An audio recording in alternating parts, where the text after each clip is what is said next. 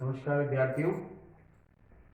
हमने elasticity of demand का topic चालू किया था और उसके अंदर हमने प्राइस इलास्टिसिटी पर चर्चा की थी।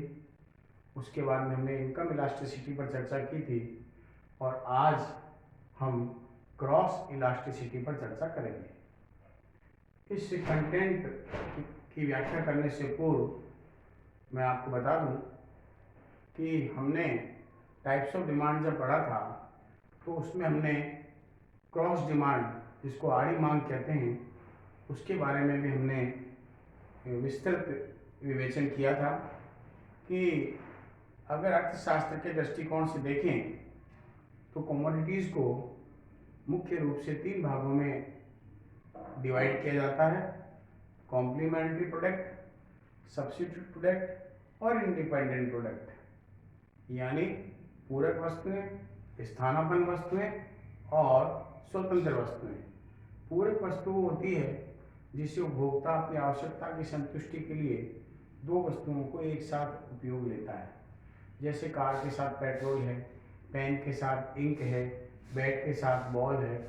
All these are the example of complementary product. Number 2 होता है सब्स्टिट्यूट प्रोडक्ट। ऐसी वस्तुएं जो एक दूसरे के स्थान पर प्रयोग की जाती है, those commodities which are used in place of each other. जैसे tea and coffee, Pepsi and Coca Cola, ये सभी हमारे सब्स्टिट्यूट प्रोडक्ट के एग्जाम्पल है। और इंडिपेंडेंट वो होता है जो ना तो सब्स्टिट्यूट होता है ना ही कॉम्प्लीमेंट्री होता है। तो जब आप क्रॉस इलास्टिसिटी की बात करते हैं तो क्रॉस डिमांड में सब्स्टिट्यूट प्रोडक्ट की डिमांड होती है और कॉम्प्लीमेंट्री प्रोडक्ट की डिमांड होती है। उसी प्रकार इनकी इलास्टिसिटी भी जज की जाती है। क्रॉस इलास्टिसिटी क्या है? जैसे आड़ी मांग में हम कहते हैं, आड़ी मांग का तात्पर्य ये होता है कि किसी वाई वस्तु के मूल्य में परिवर्तन के परिणाम स्वरूप एक्स वस्तु की जो मांग में परिवर्तन होता है उसे हम क्या कहते हैं? आड़ी मांग कहते हैं। यानी मूल्य तो परिवर्तित हो रहा है वाई वस्तु का और मांग परिवर्तित हो रही है एक्स वस्तु की। इसे हम रिलेटिव गुड्स भी कहते हैं, यानी संबंधित वस्तुएं भी कहते हैं। और अर्थशास्त्र में संबंधित वस्तुएं 2 प्रकार की होती है, एक पूरक और दूसरी स्थानापन्न। तो अगर हम क्रॉस इलास्टिसिटी की बात करें तो हम कहेंगे कि क्रॉस इलास्टिसिटी क्या है कि वाई वस्तु के मूल्य में प्रतिशत अथवा आनुपातिक परिवर्तन होने पर एक्स वस्तु की मांग में जितना प्रतिशत अथवा आनुपातिक परिवर्तन होता है उसका जो माप है वो हमारी क्या कहलाती है? आड़ी लोच कहलाती है। या हम यूं कह सकते हैं, in cross elasticity of demand we take into account the change in the price of commodity Y and its effect on the demand for commodity X। यानी Y वस्तु के मूल्य में परिवर्तन का प्रभाव X वस्तु की मांग पर देखा जाता है, वो हमारी क्या कहलाती है? आड़ी मांग कहलाती है। क्योंकि ओ वाई एक्सिस पर हमेशा ही मूल्य को दर्शाया जाता है क्योंकि वो इंडिपेंडेंट वेरिएबल है, और ओ एक्स एक्सिस पर जो है मांग को दर्शाया जाता है जो कि एक डिपेंडेंट वेरिएबल है। इसको अगर फॉर्मूले से देखें तो किस प्रकार से हम याद कर सकते हैं? EC equal to percentage change in demand for commodity X. यानी एक्स वस्तु की मांग में प्रतिशत परिवर्तन बटा percentage change in the price of Y commodity, Y वस्तु के मूल्य में प्रतिशत परिवर्तन। अथवा अगला फॉर्मूला इसको इस प्रकार भी कर सकते हैं। देखिए, मैंने आपको एक फॉर्मूला बताया था जो कि मार्शल का दिया हुआ था, और वो ये था प्राइस राशि का change in quantity upon change in price multiply by price upon quantity. ये फॉर्मूला अगर आपको याद है, यू कैन इजीली जो है write down the formula of the cross elasticity. करना क्या है, ये जो फॉर्मूला है इसमें आपके पास जो Q है, Q जो इंडिकेट द क्वांटिटी, उसके आगे आप X लगा दीजिएगा और P के आगे Y लगा दीजिएगा, तो आपका फॉर्मूला जो है वो क्रॉस इलास्टिसिटी का बन जाएगा। और P के आगे पर आपको यहाँ C लगाना है। C जो इंडिकेट कर रहा है वो क्रॉस इलास्टिसिटी को इंडिकेट करता है। जैसे मैंने यहाँ प्राइस इलास्टिसिटी का फॉर्मूला लिखा, delta Q upon delta P multiply by P upon Q। मैं Q के आगे X लगाता हूँ और P के आगे Y लगा देता हूँ, तो फॉर्मूला मेरा बन गया ये रहा बना और ये फॉर्मूला मेरा क्या बन गया कि delta Q X upon delta P Y multiply by P Y upon Q X. यहाँ क्या मतलब है, ई सी बराबर cross elasticity, delta Q X बराबर change in demand of X commodity, यानी एक्स वस्तु की मांग में परिवर्तन, डेल्टा पी वाई इसका मतलब है change in price of Y commodity, Y वस्तु के मूल्य में परिवर्तन, पी वाई बराबर initial price of Y commodity and Q X बराबर initial demand of X commodity. इस प्रकार से जो है आप जो है इसकी गणना जो है या इसका मान या इसकी वैल्यू जो है वो कैलकुलेट कर सकते हैं। अगर हम क्रॉस इलास्टिसिटी को बांटें तो हम इसको दो भागों में बांट करके इसको एनालिसिस कर सकते हैं, इसको एक्सप्लेन कर सकते हैं। सबसे पहला cross elasticity in case of substitute goods. स्थानापन्न वस्तुओं के संबंध में आड़ी लोच क्या होगी, हमेशा ध्यान रखिएगा। स्थानापन्न वस्तुओं की जब हम बात करते हैं तो ये वो वस्तुएं होती हैं जिन्हें एक दूसरे के स्थान पर प्रयोग किया जाता है, जैसे पेप्सी और कोका कोला। स्थाना वस्तुओं के संबंध में अगर बात करें, मूल्य यानी वाई वस्तु के मूल्य और एक्स वस्तु की मांग की अगर बात करें तो दोनों में धनात्मक संबंध होता है, यानी इनकी जो मांग होती है वो धनात्मक होती है, पॉजिटिव होती है। हमेशा इसका जो कर्व होगा वो पॉजिटिव की ओर जाता होगा। क्यों? फॉर एग्जाम्पल, अगर बाजार में केवल दो ही कोल्ड ड्रिंक अवेलेबल है, पेप्सी और कोका कोला, और अगर पेप्सी का मूल्य बाजार में बढ़ जाता है तो कोका कोला की मांग स्वतः ही बाजार में बढ़ जाएगी। क्यों? क्योंकि consumer will decrease the consumption of Pepsi and the increase the consumption of Coca Cola. तो दोनों में पॉजिटिव रिलेशन हो गया। वाई वस्तु के मूल्य में वृद्धि होने पर एक्स वस्तु की मांग में भी वृद्धि हो रही है, इसलिए इसका जो मांग वक्र है वो हमेशा पॉजिटिव यानी धनात्मक होता है, यानी सप्लाई कर्व की तरह होता है। तो ऐसी स्थिति में इसकी जो इलास्टिसिटी है वो भी पॉजिटिव होगी, ध्यान रखिएगा, हमेशा पॉजिटिव होगी। अगर मान लीजिए परीक्षा में आपसे इस प्रकार का कोई शॉर्ट क्वेश्चन प्रैक्टिकल पूछा जाता है, first you have to find out commodity are complementary और सब्स्टिट्यूट। ये देखना है कैसे पता लगेगा। पता ऐसे लगेगा कि अगर आपको मूल्य दिए हुए हैं और मूल्य के साथ मांग दी हुई है, दोनों में अगर संबंध धनात्मक है, यानी मूल्य बढ़ने पर मांग भी बढ़ रही है, यानी वाई वस्तु के मूल्य बढ़ने पर एक्स वस्तु की मांग भी बढ़ रही है, या वाई वस्तु के मूल्य में कमी होने पर एक्स वस्तु की मांग में भी कमी आ रही है, तो आप समझ जाना प्रोडक्ट आर सब्स्टिट्यूट यानी स्थानापन्न वस्तु है। तो इसकी जब आप इलास्टिसिटी निकालेंगे तो उसको आपको मेंशन करना पड़ेगा air the elasticity of the positive. अब कैसे? फॉर एग्जांपल अगर हम ले सकते हैं, इस प्रकार से हम इसको निकालेंगे। यहाँ हमने एग्जांपल लिया है, जब वाई वस्तु का मूल्य 8 रुपये प्रति इकाई था तो एक्स वस्तु की मांग 10 इकाई की थी। जब मूल्य 10 रुपये प्रति इकाई हो गया यानी बढ़ गया, तो वाई वस्तु की मांग भी बढ़कर के 10 इकाई से 16 इकाई होगी। अब हम यहाँ पर जब फॉर्मूला ये लगाते हैं delta Q upon delta P Y multiply by P Y upon Q X, तो हम ये हो गया, दोनों का अंतर लेंगे, डिफरेंस लेंगे 6 upon 2 10 minus 8 2 multiply by P Y upon Q X. P Y मतलब ये पी वाई है आपका इनिशियल प्राइस है और ये initial quantity demand of x है, 8 अपॉन 10। और ये आपका जो इसका जब हम इसको सॉल्व करते हैं तो हमारे पास में जो आता है 4 अपॉन 5 या यो कहते हैं 0.80 आता है, जिसको पॉजिटिव क्रॉस इलास्टिसिटी कहेंगे, यानी धनात्मक जो मांग कहेंगे पॉजिटिव, इस प्रकार से हो जाएगी। Number 2 cross elasticity in case of complementary goods.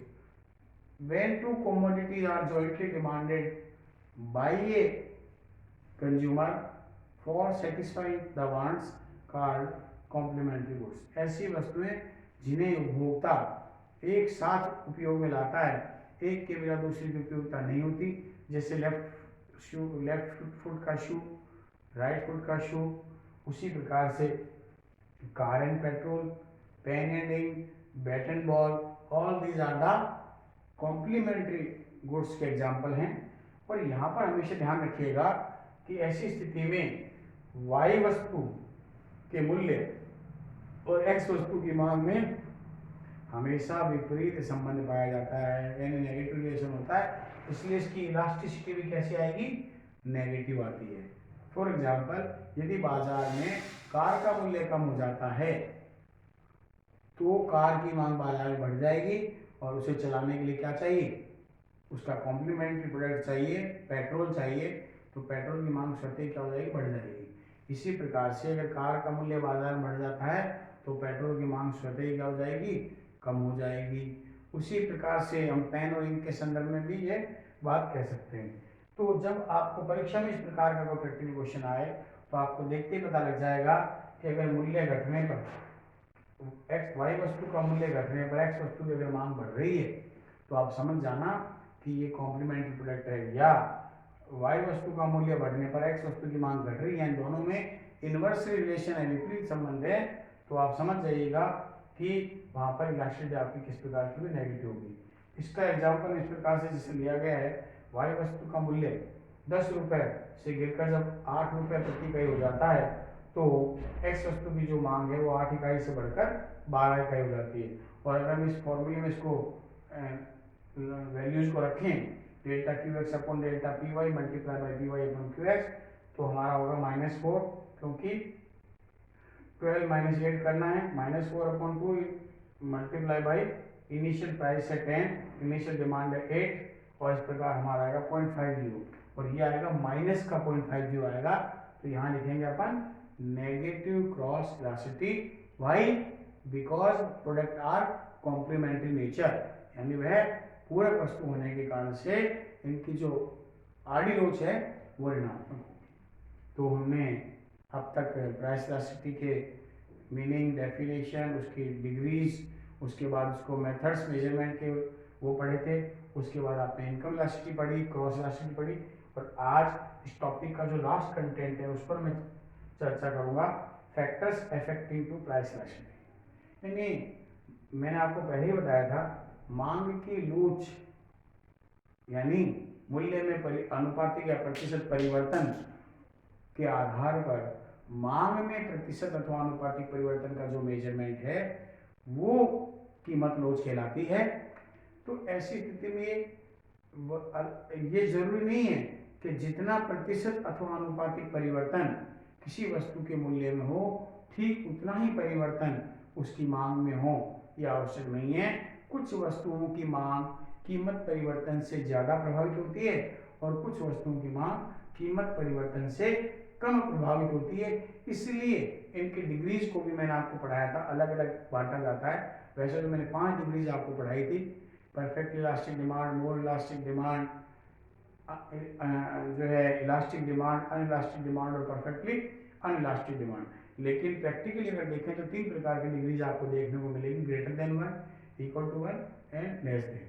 तो आज हम कुछ कीमत लोच यानी कि प्राइस के कारण से डिमांड में सेंसिटिविटी ज़्यादा होगी या कम होगी, उसमें इलास्टिसिटी ज़्यादा होगी या कम होगी, उसके लिए बहुत सारे फैक्टर्स रिस्पॉन्सिबल हैं जिन पर हम चर्चा कर रहे हैं। सबसे पहला आता है नेचर ऑफ कमोडिटी, वस्तु की प्रकृति क्या है। देखिए अगर प्रोडक्ट, अगर मान लीजिए लग्जरी प्रोडक्ट है, विलासिता संबंधी वस्तु, उसके बारे में अर्थशास्त्री कहते हैं इनकी मांग हमेशा मोर इलास्टिक होती है, ग्रेटर देन 1 होती है, यानी मूल्यों में कम परिवर्तन होने पर भी बाजार में इन वस्तुओं की मांग पर ज़्यादा प्रभाव देखा जा सकता है। और अगर वस्तु कम्फर्ट है तो इसकी यूनिटरी होगी यानी इकाई के बराबर होगी, जितना परिवर्तन मूल्य में उतना ही मांग में आपको देखने को मिलेगा। और तीसरा हमारा था नेसेसिटी ऑफ गुड्स, जीवन की अनिवार्य वस्तुएं जैसे साल्ट है, मैच बॉक्स है, पेट्रोल है, आपकी कुकिंग गैस वगैरह है, इनके बारे में कहा जाता है कि इनकी मांग अनइलास्टिक होती है, यानी मेडिसिन वगैरह है।